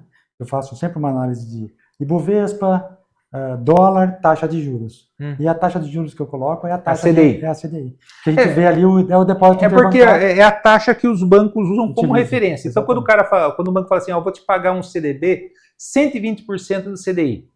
Ele vai pegar o CDI daquele dia, multiplicar por 120% e vai te falar a taxa que ele vai te pagar. Hoje, a CDI deve estar em torno de 10,5%, por aí. Se ele te pagar 120%, vai uns 12%. É acima da inflação, né? Aliás, acima da taxa básica de juros. Isso. Se você permanecer até o fim do contrato. Exatamente. Se você sacar antes, cuidado. E tem um monte de coisa, né? Quanto mais tempo você deixar, menos imposto você paga. Tem umas outras vantagens também. Bom, falando em renda variável, quais são os principais tipos de investimento de renda variável que a gente conhece no mercado hoje? A gente fala aqui bastante de ações, né? De fundos imobiliários, mas a gente sabe que existem outros. Assim, bom, você tem ações, né, que é uma parte da empresa, você tem debêntures. Debêntures é quando você empresta dinheiro diretamente para uma grande empresa. Então, você compra uma debênture da JBS. A JBS, ela vai fazer um investimento, ela poderia emitir ações e ter sócios. Não, ela emite uma debênture, que é uma ferramenta financeira, né, um produto financeiro, e você, na verdade, está emprestando dinheiro diretamente para a empresa. E ela fala para você, vou te pagar tanto. Em geral, ela fala uma taxa de juros mais inflação. Que normalmente pode ser até mais atrativa do que o próprio Tesouro Direto, por exemplo. Sim. Porque, de uma forma mais popular, você está comprando a dívida da JBS. É isso? Sim. Ela passa a ser um credor seu. Então, quando isso daí é emitido, né, porque ele precisa do apoio de empresas do setor financeiro para fazer isso daí, é feito um pente fino na empresa. Sim. Né, porque ninguém quer que o sistema trave. Tem outras coisas, por exemplo, os ETFs, né, que são índices, né, que nem o BOV11. Sim. Né, tudo isso daí, pessoal, envolve risco, né, mas são oportunidades também. Né, são oportunidades também. Você vai o certificado de recebíveis do agronegócio, certificado de recebíveis do imobiliário. O certificado de recebíveis é uma história interessante, né? Olha como o sistema vai ficando cada vez mais aprimorado, né? Então você tem um monte de financiamento imobiliário, né? Eu financiei, você financiou, outro financiou, tem um monte. Eles juntam tudo num financiamento só, que vira um certificado de recebíveis imobiliários. Aí você, na verdade, você recebe a rentabilidade de um pool de financiamentos imobiliários, né? Para que serve isso daí? Por que eles fazem isso daí? Porque o banco, como nós já falamos, ele não tem um dinheiro. Ele não tem todo o dinheiro. É lógico que ele tem capital. Sim. Né? Mas quando ele vende o certificado de recebíveis, ele tira dele o peso daquele cobrança. daquele dinheiro que ele ainda tem para receber. E você fica com o crédito a receber. Né? É como se ele estivesse te vendendo a dívida de outras pessoas que ele fez toda aquela transação. Fundos imobiliários fazem isso. Compram dívidas e te pagam muito bem de dividendos. O fundo imobiliário de papel é um CRI. Né? É um CRI, é um certificado de recebível imobiliário. Exatamente. Então, quando o cara fala assim, eu tenho um fundo de papel, na verdade você tem um CRI. Você tem um CRI. Exatamente. Que por não ter muitas vezes a parte física, né? Não tem estrutura física, a maior parte do capital dele é simplesmente em créditos para receber, ele consegue te pagar valores maiores de dividendos. Né? Então ele paga acima de 1,2% ao mês, enquanto que às vezes alguns fundos de tijolo, por exemplo, fundo de shopping center, fundo de hospitais, ou mesmo fundo de banco, né, que alugam para que pagam 0,8%, 0,9% ao mês. Que não deixa de ser uma taxa boa. A grande vantagem é não ter o imposto de renda. Não ter o imposto de renda no dividendo. Então você tem temos também os BDRs, né, que são os certificados de depósito da empresa lá de fora que negocia aqui. O ETF é o nosso daqui lá, ou a ADR. A ADR é lá fora. A Embraer é negociada lá nos Estados Unidos. Isso. E as BDRs é a Apple negociada aqui. É você conseguir fazer um investimento em empresa estrangeira sem a partir do Brasil. A partir do Brasil, isso mesmo. E pagam dividendos também. A grande vantagem é você não ter toda aquela dificuldade que você tem de fazer uma operação no exterior. Sim. A gente avalia bastante aqui também, gosto bastante de BDRs. Claro que a gente vai sempre buscar aquelas das melhores empresas, né? Por exemplo, empresas de alta tecnologia, empresas de grandes conglomerados, fortes, não dá para fugir da realidade. Né? Então, vamos ser francos, quando você estão te oferecendo demais, o que está acontecendo? Desconfia. Não tem jeito, né? A coisa tem que ser realista. Tem que ser realista. Nesse ambiente de renda fixa, por exemplo, a gente pode até classificar, né? Por exemplo, o Tesouro Direto, ele te dá uma certa rentabilidade. Está comprando título do governo, talvez não seja melhor em termos de rentabilidade, mas é seguro. Sim. Aí nós vamos ter os títulos dos bancos, né? Os papéis dos bancos. Sim, a emissão bancária. Emissão bancária, que pode ser mais atrativo, porém, corremos um pouco mais de riscos. Risco de liquidez, risco de crédito, e tem a debênture que eu colocaria num terceiro nível aí. Em termos de risco. Pode até ser que a debênture seja muito mais atrativa no médio e no longo prazo, porque ela vai ter que ser atrativa para poder captar o seu recurso. Mas, em compensação, né, o risco é maior. Sim. Então, e mesmo porque, quando você aplica numa debênture, você vai aplicar por uma coisa de 7 anos, 9 anos. Quando a gente fala do certificado de recebíveis, que é o fundo imobiliário de papel, né, ele é muito parecido com letra de crédito imobiliário. Sim. A diferença é quem emitiu. Enquanto um certificado de recebíveis imobiliários, quem emitiu é para um fundo, quem emitiu por uma letra de crédito imobiliário foi o banco. Foi um banco, é isso daí. Essa é a grande diferença. Galera, tá vendo que tem bastante coisa que a gente pode aprofundar aqui nos próximos episódios. Hoje é só um primeiro bate-papo, mas, putz, assim, é uma aula de economia, né, Paulo? Pra gente relembrar, né, da coisa que a gente estudou há 20 anos atrás. Mas você sabe bastante, com certeza. Não, mas é que eu fui me aprofundar num tipo de operação voltada mais... não tem nem como não falar, mas a gente explora mesmo a questão da especulação das ações, que eu acho que tem lá o seu... É bom a pessoa não confundir especulação com manipulação. Especulação, todo mundo especula. Especula é tentar ganhar dinheiro na compra e na venda. Explorando um negócio, né? Sim. O cabeleireiro explora, é especulador. O pedreiro é que às vezes a pessoa acha isso daí uma coisa ofensiva. Mas não é, gente. Nós fomos ensinados, a nossa geração, a sua talvez, a minha também, de que a pessoa que ia investir em bolsa de valores era um malvadão, que ele pegava o dinheiro e vivia de renda. Não, é um negócio, inclusive eu falo aqui muitas vezes, é muito mais claro em termos de pagamento de impostos do que 90% dos comércios por aí. Não tem como, na fonte. Não tem como não pagar imposto no Você vê muito mercado. Comércio comprando caminhão de mercadoria que metade vem sem nota. né? E aí, cadê o imposto que ele recolhe? Não. Aqui no nosso, não. Se entrou na operação, já tem uma ligaçãozinha de alerta para algum lugar. Saiu da operação, ganhou dinheiro, 1% já fica na fonte. Os outros você tem que declarar. Quer dizer, uma hora alguém vai cruzar essa informação. E o leão vai vir pegar. E o leão é bem treinado. Então, é muito lícito. É que eu gosto de falar isso aqui, Paulo, porque para que as pessoas consigam entender que especular um negócio não é pecado, né? Todo e qualquer negócio especula alguma coisa. Ele explora um negócio, ele opera um negócio. É muito comum as pessoas falar de operação no mercado financeiro, mas uma loja de comércio varejista de roupa, ela opera um negócio de varejo. Né? É o termo que é muito mal usado, talvez. É que nem você falar assim, quanto que você quer no seu terreno? Você fala assim, eu quero 150 mil. Você está especulando, às vezes o seu terreno vale 110. Sim. Quer pagar 150? Eu vendo. Pois é. Isso aí. É o compra e venda, né? Sim. Beleza. Bom, falamos de risco de mercado, risco específico. Vamos falar um pouquinho da diversificação, que é uma coisa que eu falo bastante aqui.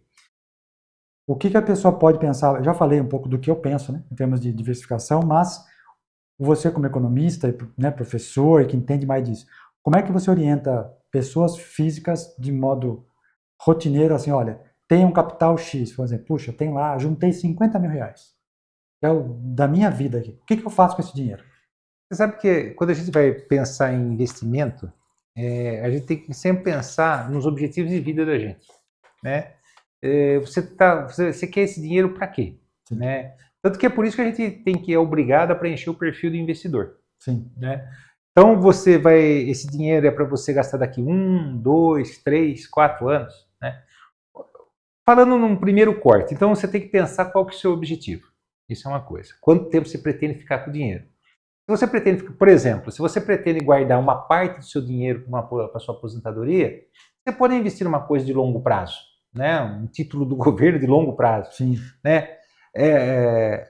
Quando você vai fazer essa diversificação, a gente fala, mais ou menos, nós já conversamos a respeito disso daí. Uma parte do dinheiro você deixa em renda fixa. Aí você tem vários produtos ali dentro, né? É interessante você diversificar, né? Você diversificar porque o mercado oscila. O mercado oscila, né? Em torno, você fala assim, 70% em renda fixa, 80% em renda fixa. Fundo imobiliário é uma opção que a gente não tinha há alguns anos, que é uma opção interessante, que na verdade você está aplicando em coisas reais. Sim. Porque o que é um fundo? Um fundo é você ter uma parte de alguma coisa, é uma cota. É uma cota, exatamente. É uma cota. Então, é uma forma de você fazer essa aplicação também. Só uma coisa que a gente tem que pensar também quando a gente vai fazer uma aplicação é na liquidez. Quanto de liquidez você precisa ter? O que é liquidez? É transformar a sua aplicação financeira em dinheiro. Então, ter uma reserva de emergência em coisas altamente líquidas é importante. Né? Um título do governo num volume... olha, eu sei que tem gente que vai ouvir o que eu vou falar aqui e vai falar que é um absurdo, mas a gente fala de ter uma reserva de emergência de pelo menos 6 meses da sua renda corrente. Sim. Né? Então, não é absurdo não, é verdade, é isso mesmo. A gente comenta aqui também. Por que a gente precisa disso? Furou o pneu do carro, precisa ir no dentista, você tem que ter alguma grana. Estourou a caixa d'água da minha casa, eu preciso trocar a caixa d'água. Tem que comprar material, tem que chamar o prestador de serviço. Muitas vezes não tenho seguro, né? Porque muitas pessoas ainda não têm essa cultura do seguro. E eu preciso fazer com que esse dinheiro esteja na minha mão amanhã para que eu possa fazer o serviço. E se eu tenho imóvel, por exemplo, fixo, eu consigo vender o banheiro? Não consigo. Mas se eu tenho cotas de fundo, eu consigo vender lá um X cotas, 2 dias esse dinheiro está na sua conta. Sim. E depois, juntei de novo o dinheiro, vou lá e recompro essas cotas, ou até compro de outros fundos também. A liquidez é isso aí. Então, a diversificação não é somente no tipo de produto, é na liquidez também. Só para falar de liquidez, não sei se as pessoas sabem, mas a maioria dos bancos não são donos dos prédios deles. Sim. Né? Por que o banco não é dono do prédio deles? Se você for aí na rua principal da sua casa, da sua cidade, aqueles prédios dos bancos são todos alugados. Porque o Banco Central tem um acordo que chama Acordo da Basileia, que o Banco Central do Brasil segue. Ele fala o seguinte: você tem que ter tal nível de liquidez. Por quê? Se a pessoa vai no banco pegar dinheiro, o dinheiro tem que estar lá. Né? O banco não pode falar assim, olha, eu tenho uma fazenda de X mil alqueires de lá. X mil alqueires. Espera que eu vou vendendo uns 5 anos, eu já te dou o dinheiro. Não tem condição. Então, diversificação em termos de prazo, de produto, renda fixa, renda variável, isso daí, e também a idade da pessoa e os objetivos. Então, é um conjunto de coisas que você tem que juntar para fazer a diversificação. Então, não dá para dar uma regra fechada, né? A gente fala para a pessoa ter mais, assim, a renda variável ela pegar um pouquinho mais devagar, né? Porque isso daí pode variar para cima como pode variar para baixo, Sim. né? E a maior parte delas em renda fixa. E aí diversificar os Dentro produtos. da renda fixa, estabelecer. Isso. Portanto, ó, o Paulo mesmo já deixou aqui, já engatado um dos próximos episódios do InvestCast. Nós vamos trazer um planejador financeiro para falar justamente essas questões de como é que a gente determina o perfil da pessoa. Poxa, de acordo com o perfil, puxa, eu sou jovem ainda, estou com 25, 28 anos, acabei de casar. Tá, que tipo de pensamento a gente deve ter para um horizonte de 15, 20, 30 anos? Não, já estou na casa dos 50, que nem nós aqui. Puxa, o que nós temos que pensar? E como organizar isso para que, sei lá, daqui 10 anos eu tenha um capital X? Então, já é aí uma dica para os próximos episódios.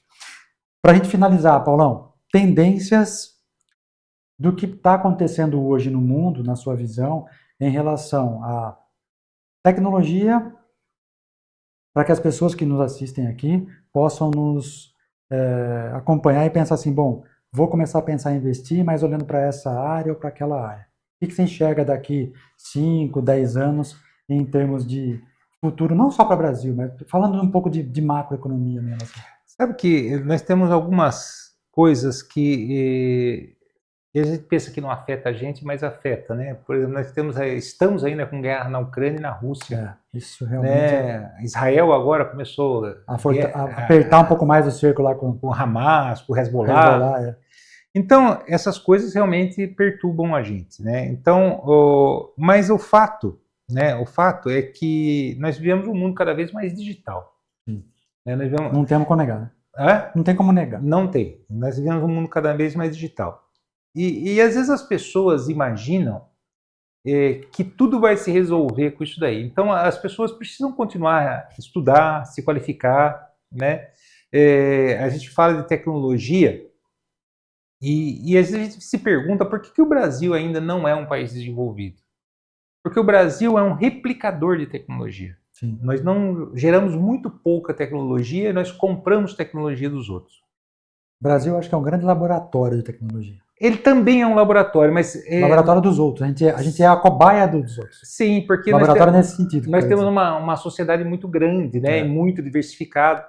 Então, o Brasil ele tem as características dele, daquilo que ele tem uma vantagem competitiva. Infelizmente, nós temos poucas empresas aí que têm vantagem competitiva em tecnologia. São coisas que os governos tentam mudar, tá? Que pelo menos deveriam. Então, o Brasil, nós ainda produzimos muito minério de ferro, nós produzimos coisas de baixo valor agregado, né? Mas eu acho que a expectativa nossa é que é uma melhora na educação. Tá? Se a gente conseguir melhorar a educação, nós vamos ter um padrão de vida melhor também. E o Brasil, nós temos ilhas de excelência. Nós falamos aí da WEG, nós falamos da Embraer, nós temos as nossas empresas de papel e celulose, que são fantásticas também, né? Então, são empresas que a gente tem vantagem, né? Por causa da nossa extensão territorial, da nossa capacidade de produção de várias coisas. Então, nós temos que olhar aí no que o nosso PIB é forte, certo?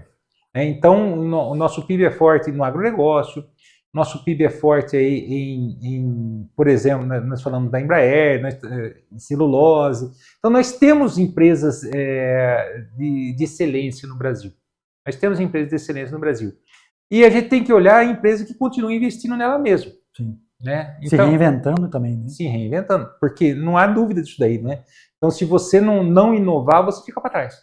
Você fica para trás, não tem como. E quando fala tecnologia, não é só a parte dos softwares, né, pessoal? Mas novos tipos de materiais, mais leves, mais baratos, mais resistentes, né? Com novas matrizes em termos de como é que eu vou dizer, matéria-prima, puxa, não vou utilizar matéria-prima A, vou utilizar B, porque Compósitos, eles falam. para não, sei lá, degradar o meio ambiente, emitir menos carbono, toda aquela questão que a gente está vendo hoje, que é uma tônica bastante forte no mundo da descarbonização, agenda verde, que tudo bem, eu acho que muita gente ainda infla um pouco esse tema, pendendo para um lado mais, isso aqui é mais ideológico de um lado, eu acho que tem isso também, porque as pessoas dão uma, né, pegam essa veia para dar uma brigada daí, mas eu acho que tem um pensamento mesmo de consciência ambiental, né? Independente de bandeira A, bandeira B, a tecnologia vai avançando, precisa desenvolver novos materiais, porque de uma forma ou de outra, você ficar cavocando a terra para tirar, uma hora vai ou acabar, poluindo né? a terra, ou né? poluindo a terra, né? Uma Sim. hora ela vai cobrar, né? Então, eu acredito muito na tecnologia. Tem um estudioso da economia que, na verdade, ele era um pastor anglicano chamado Thomas Malthus, né? Ele é do século XIX. Thomas o quê? Malthus. Malthus. Esse pastor anglicano, ele falava que nós íamos morrer de fome. Olha. E ele falava que as pestes e as fomes, elas tinham um benefício. E que loucura, hein? Depois vocês procurem lá para saber isso. Tá no livro, não é a opinião do Paulo. Não é a minha opinião. Ele fala, porque as pessoas iam sofrer menos. Ele achava que a gente ia morrer de fome porque a população crescia numa progressão geométrica e a crescimento dos alimentos em progressão aritmétrica. Qual o resultado de hoje? As pessoas não morrem de fome por falta de alimento. A gente tem má distribuição de renda. Sim.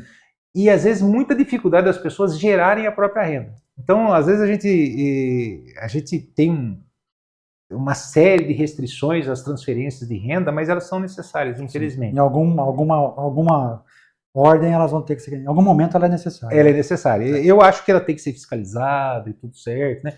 Mas a gente pega, por exemplo, um país que nem os Estados Unidos, ele tem lá, tem seguros-desemprego lá indefinidos. Ou seja, não é que ele tem um prazo para acabar, não. Ele é pequeno, mas tá lá porque a pessoa não... Eles não consegue gerar. Eles querem evitar o crime contra o patrimônio. Então, o ponto que eu quero dizer é que, como o Malthus achava que a gente ia morrer de fome, e ele se enganou, ainda bem, né? A tecnologia, ela pode ser o ponto e ela na minha opinião, o ponto de salvação da própria humanidade, entendeu? Então, a maior dificuldade que nós temos mesmo, eu acho que é comportamental. Sim. Né? Então, eu fico meio preocupado muitas vezes quando você comentou do consumismo, a gente fala das mídias sociais e tal, a cultura, há coisas que são degradantes. Então eu acho que a nossa necessidade mesmo é evoluir como ser humano, né? E a tecnologia, eu acredito que ela vai dar conta. A tecnologia, ela não veio para judiar, né? Ela veio para agilizar, ela veio para facilitar trabalhos, gerar novas, por exemplo, né? Aqui as pessoas comentam, na faculdade a gente já falava isso, e depois mais assim, 5 anos atrás eu comentava isso também, da questão das novas tecnologias. Vão tirar postos de trabalho.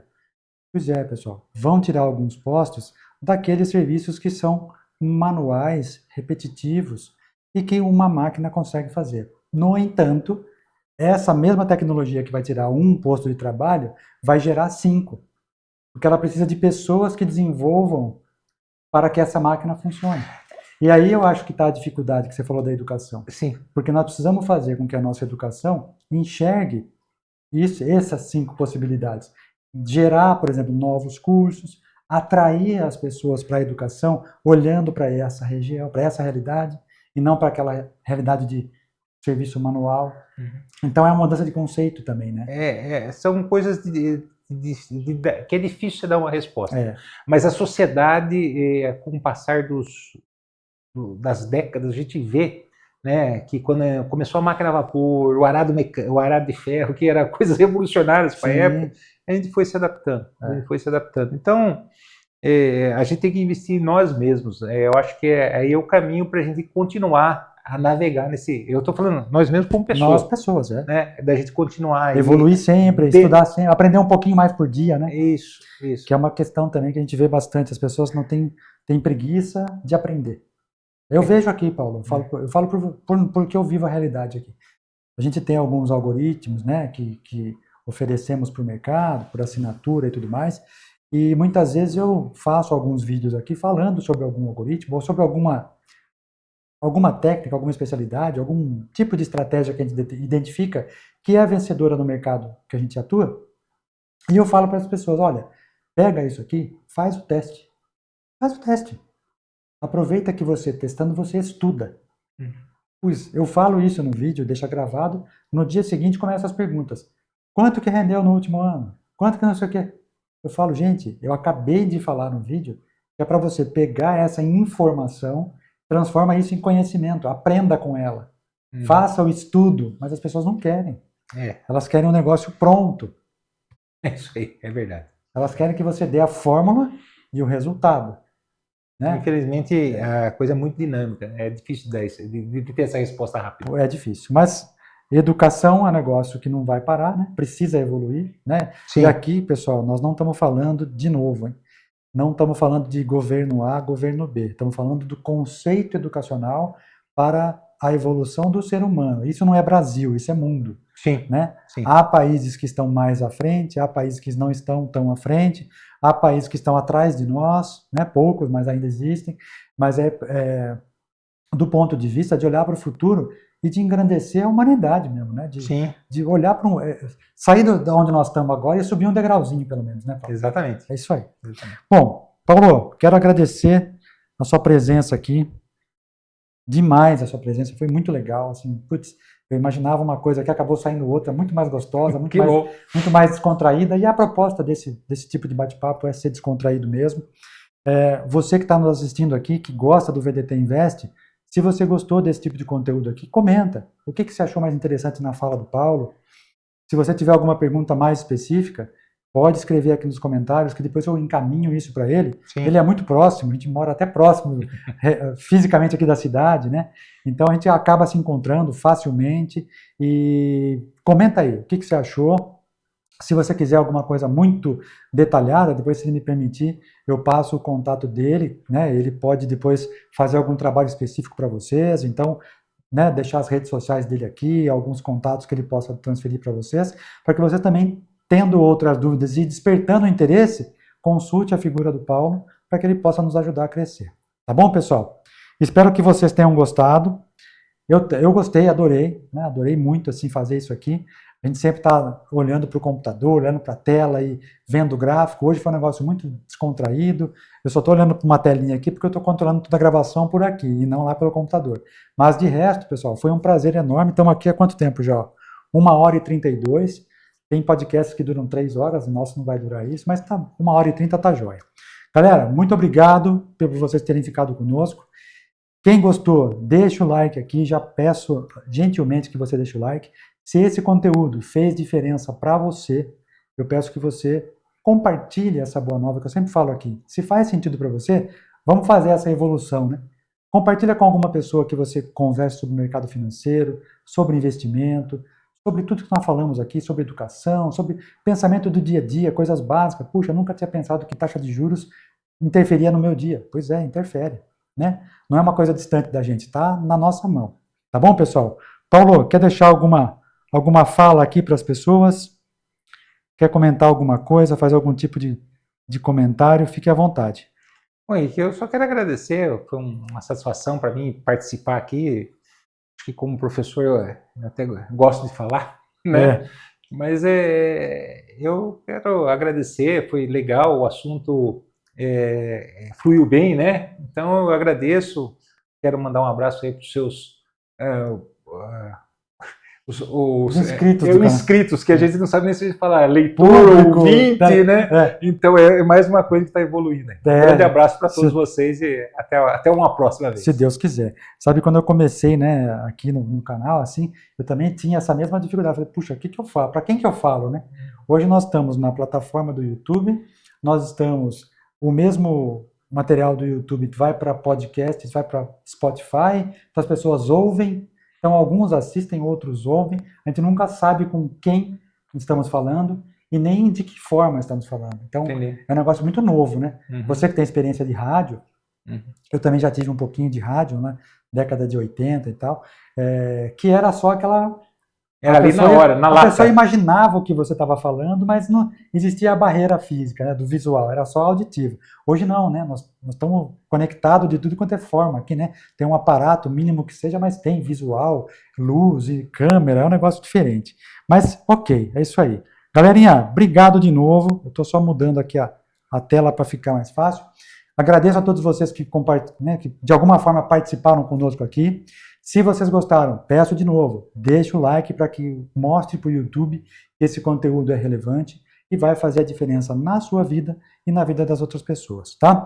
Vamos marcar aqui talvez um a cada 15 dias, tendo um Investcast novo, que não depende só da minha vontade, né? Depende da agenda dos convidados, da disponibilidade de horário deles, do tempo deles, tá bom? Mas é uma nova experiência que o VDT Invest está fazendo, e se der certo, a ideia é a gente continuar por muito mais tempo. Valeu, galera, muito obrigado, fiquem com Deus, como eu sempre falo com vocês, muita paz, muita saúde e muita prosperidade. Tchau, tchau.